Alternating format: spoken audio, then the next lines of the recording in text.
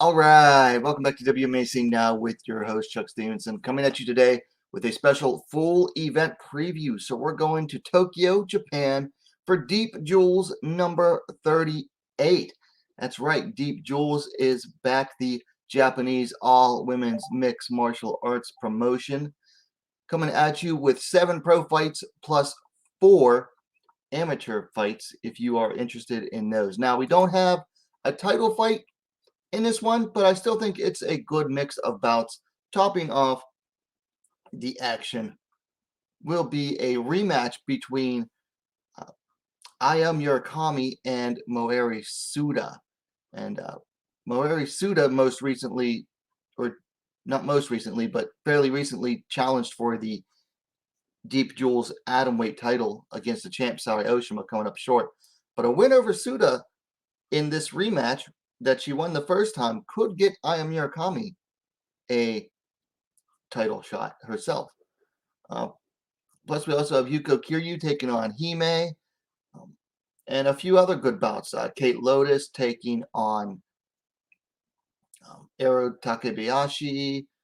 Mika Nagano is back, and some other bouts too. So let's go ahead and take a look at these. Now, this comes Sunday, November 11th, or no, September 11th, rather, this Sunday. All right, so first up, we have a microweight bout, which is 97 pounds, whatever that is in kilos, minus 44 kilograms. Kyoko taking on Kimika Jaka. I know that Kyoko is like the smallest fighter in Deep Jewels, or at least she's like one of the smallest.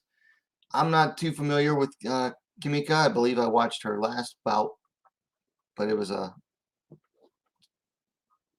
not that memorable, I guess. Anyway, let's go ahead and take a look at the stats on this one. So, Kyoko coming in winless. She has lost all 3 of her bouts. Most recently fought Momoko Yamazaki, dropping a unanimous decision. Kimika coming off of a split decision win in her only bout just 2 months ago. No other stats available for Kimika. Kyoko Chibasai is 25 years old. She stands tall of 4 feet 9 inches, 145 centimeters. Y'all, that is short. I honestly don't have a pick for this one. This is one of those bouts where, I mean, someone who's 0-3 taking on someone who's had 1 fight. Yeah, I just wouldn't feel comfortable making a pick on this one. I think they're trying really hard to get Kyoko a win here, but I don't know if it's going to happen this time or not. I think Deep Jewels really wants to push her and use her to further build upon their microweight division, which, let's be honest, pun intended, is fairly minuscule.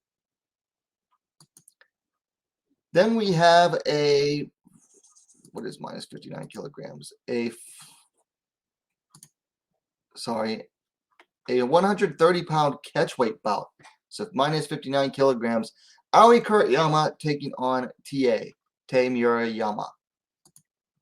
So both of these two, I don't believe they fought each other before, but they were both contestants in the Deep Jewels flyweight tournament. Both of them coming up short.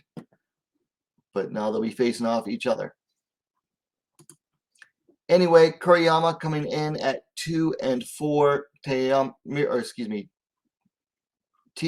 Murayama coming in at 2-2. Both of these ladies need a win, honestly. I mean, Kuriyama came 3 straight losses, and then most recently a draw against Nori Date in Pancrase just 3 weeks ago. Wow, that's a fast recovery time. Murayama dropping her last 2 to King Reina and then Rin Nakai. Most recently, that was 4 months ago. No age available for TA. Kuriyama is 27 years old. Looks like she is 1 inch taller at 5 feet 6 inches, 168 centimeters to 5'5", 165 centimeters. I'm going to go with TA to win this one. Kuriyama, popular fighter, because she comes out of that smoker gym in what's that other big city in Japan besides Tokyo? Osaka. Yeah, I think she's from Osaka, and always sells a lot of tickets for Deep Jewels. She's popular, but she just hasn't been able to put anything together in order to get any wins. Whereas TA has like some mixed results, and I mean, the loss to King Rain was like okay. No shame in losing to Rin Nakai though. But so I'm gonna go with TA to win this one. Then we move on to a strawweight bout. Mika Nagano taking on Tomoko Inoue, and I gotta be honest, this is a gimme fight for Mika Nagano. You know, she had retired, kind of off and on. I mean, most recently came back 3 months ago and picked up a win. But before that, she hadn't fought in like 3 years. Never officially retired, but for all intents and purposes, had retired. And she's taking on Tomoko Inoue, who's one of the tallest strawweights out there. But no, this is a gimme fight for Mika Nagano. Looking at the stats, the future princess Mika Nagano coming in at 17, 12, and 1. Tomoko Inoue has had all of 3 pro fights, losing all of them. Most recently, she dropped a decision to Yuko Kiryu, which 8 months ago, which Yuko was a much more experienced fighter, and for Tomoko to go to decision against her says a lot about her. Mika Nagano last fought Kato Yama, again, also a much less experienced fighter, getting a guillotine submission against her 3 months ago. No age for Tomoko on Tapology. Nagano is 38. Look at the height on Tomoko Inoue. 5 feet 8 inches, 173 centimeters to 5 foot 3 inches, 161 centimeters for Nagano. That's a nice height difference there in favor of Tomoko. But like I said, this is largely a gimme fight for Mika Nagano. She doesn't look so much that way anymore, but for a long time, Mika Nagano, she was like the pretty girl fighter for Deep Jewels. So even though her record was always kind of middling, she was very popular, brought a crowd, and they've always pushed her. And now that she's back fighting actively again after having a kid, they're gonna push her some more, and that's what they're doing with this one here. Plus, it's Deep Jewel strawweight. They really don't have a strawweight division, so we're gonna go with Mika Nagano.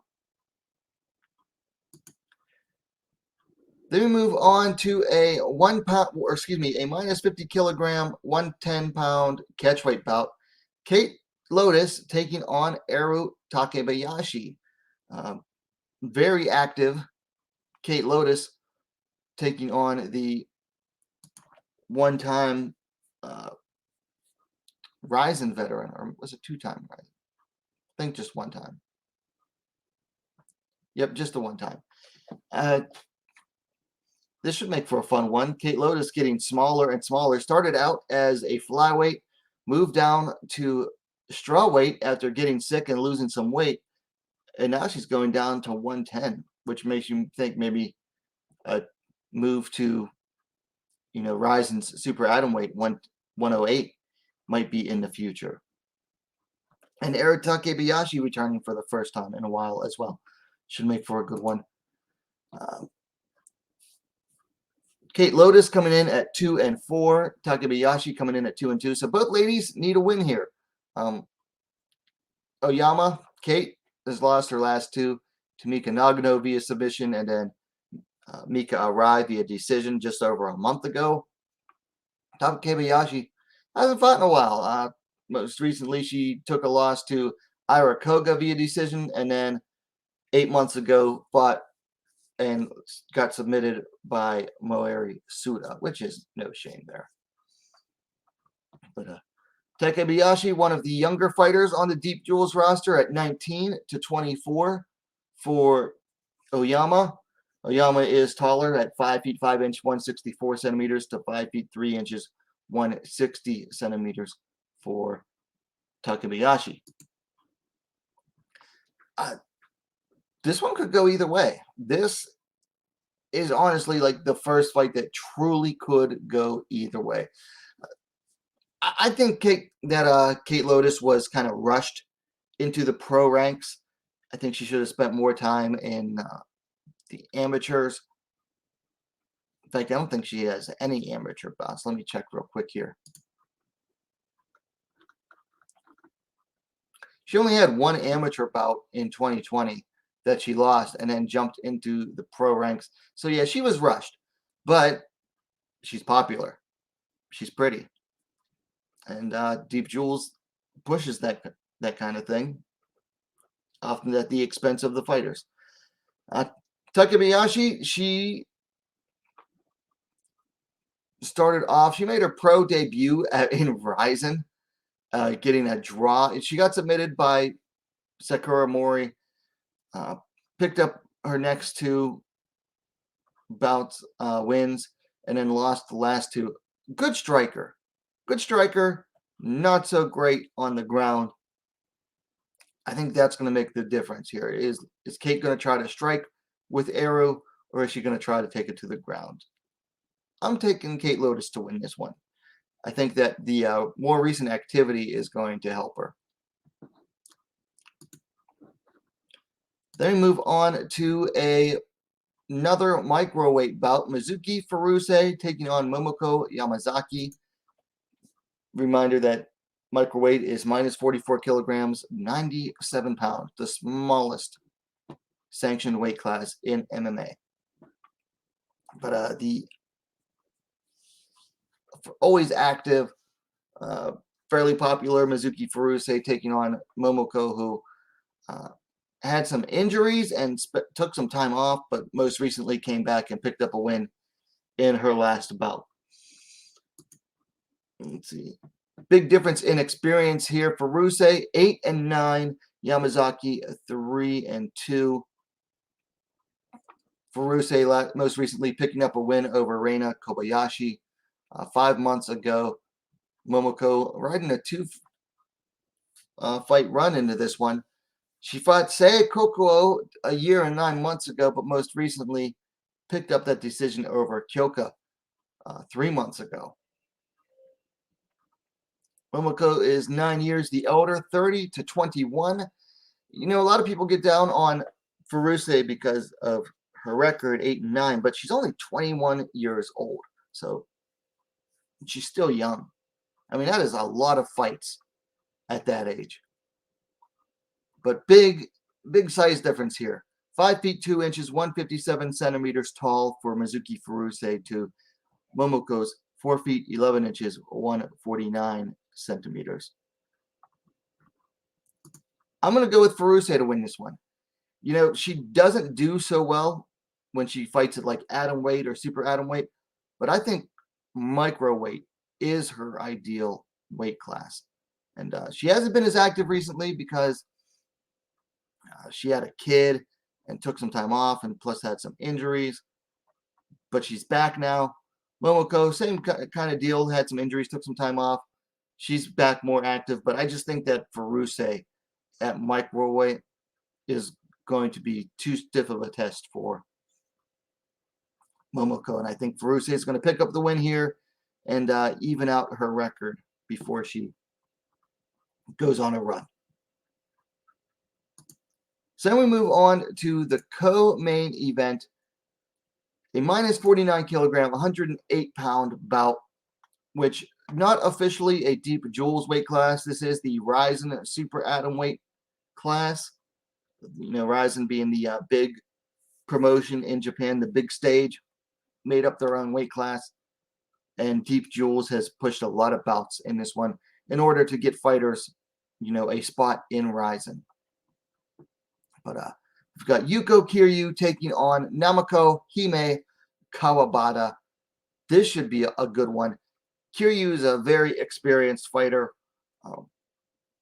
and was campaigning in one Championships, one Warrior Series, but then COVID hit, and she took some time off, but now she's back fighting more actively in Japan. Hime getting smaller and smaller. She started out as a strawweight and now is moving down to super atom weight. She's looking to get up there and get into the big show herself. So this should be a good one, and I like this as a co-main event for this card. This is a good one. Yuko S coming in at 12-8. Hime coming in at 3-1. Now Yuko has not lost for quite a while. At least 5-fight win streak. Yep, 5-fight win streak. Most recently picked up a split decision win over Emi Tomomatsu 2.5 months ago in Deep. Before that, had picked up a split decision over Manhoof Sade. And then, Namiko. Hime most recently picked up a win over Saori Oshima 4 months ago, which was a nice win over the current Deep Jewels Atomweight champ. Just absolutely outsized her, really. Before that, had suffered a loss to former Deep Jewel Strawweight champ Miki Matono. No age available for Hime. Yuko is 35, so I'm almost positive that she is the elder fighter here. Hime stands 5 feet 3 inches, 160 centimeters tall to 5 feet 2 inches, 157 centimeters for Yuko. Like I said, I think this is a good bout. I think that Yuko carries that experience, and I think that is going to get her through here. Hime is one of those fighters in that she's like naturally athletic, which unfortunately you don't see as often in the women's divisions, particularly in Japan. And she's been able to use that athleticism to get her places so far. But I think that the challenge of Yuko is going to be too much for her. I think Yuko has that, that wide berth and experience and the technicality, and that's going to get her through to the win here. So finally, we move to the main event. I am Murakami taking on Moeri Suda, and this is a rematch of, I believe it was the first bout for each of these fighters in the pros. Yes, they each made their pro debut against each other, with Murakami picking up a unanimous decision win. That was at Deep Jewels 30 in October of 2020.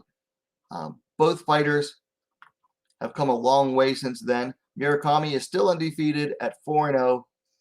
Moeri Suda has gone to 6-3 and even challenged for the title. And both fighters are looking to get back into that Deep Jewels Atomweight title picture. This bout is at Atomweight. So Murakami still undefeated at 4-0. Most recently, she fought 8 months ago, picking up a win over Mizuki Furusa via armbar. I think that was a microweight.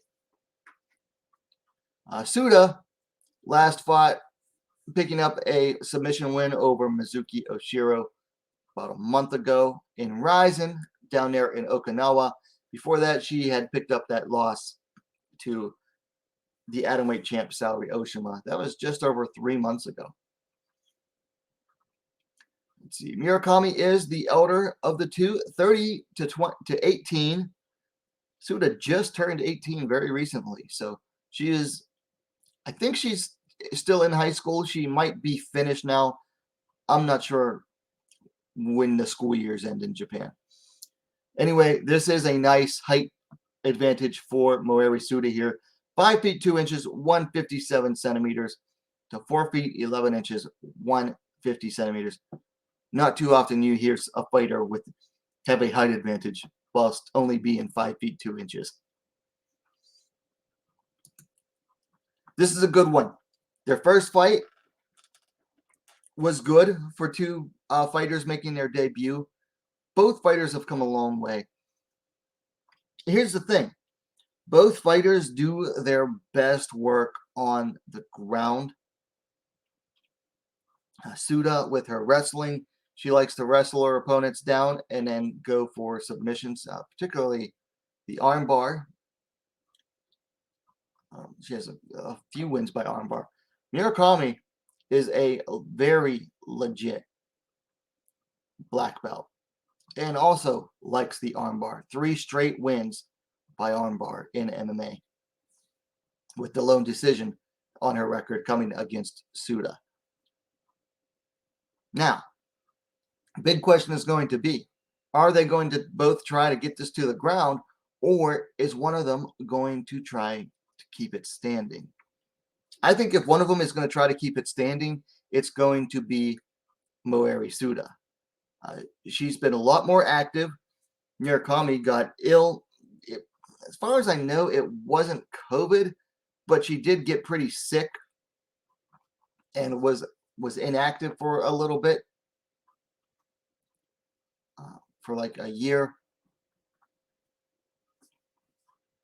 And so she hasn't had as much time to work and train on things as Suda has. And she hasn't been able to pick up as much ring experience as Suda has.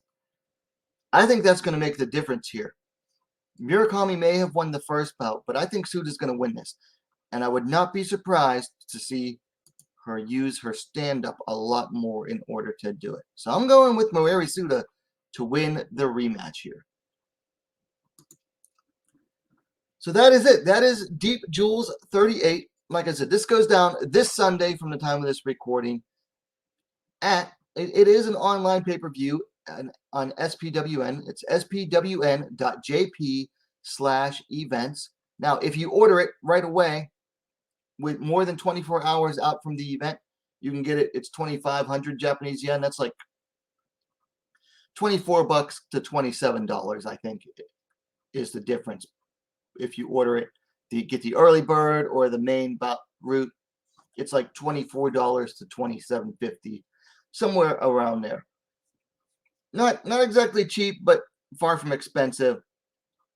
And you're getting 7 ladies bouts plus 4, or 7 pro bouts plus 4 amateur bouts.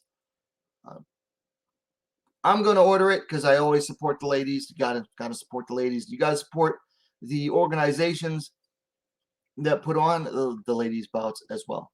But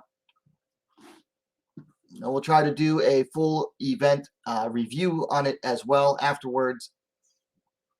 But in the meantime, let me know your thoughts. Who are your picks to win?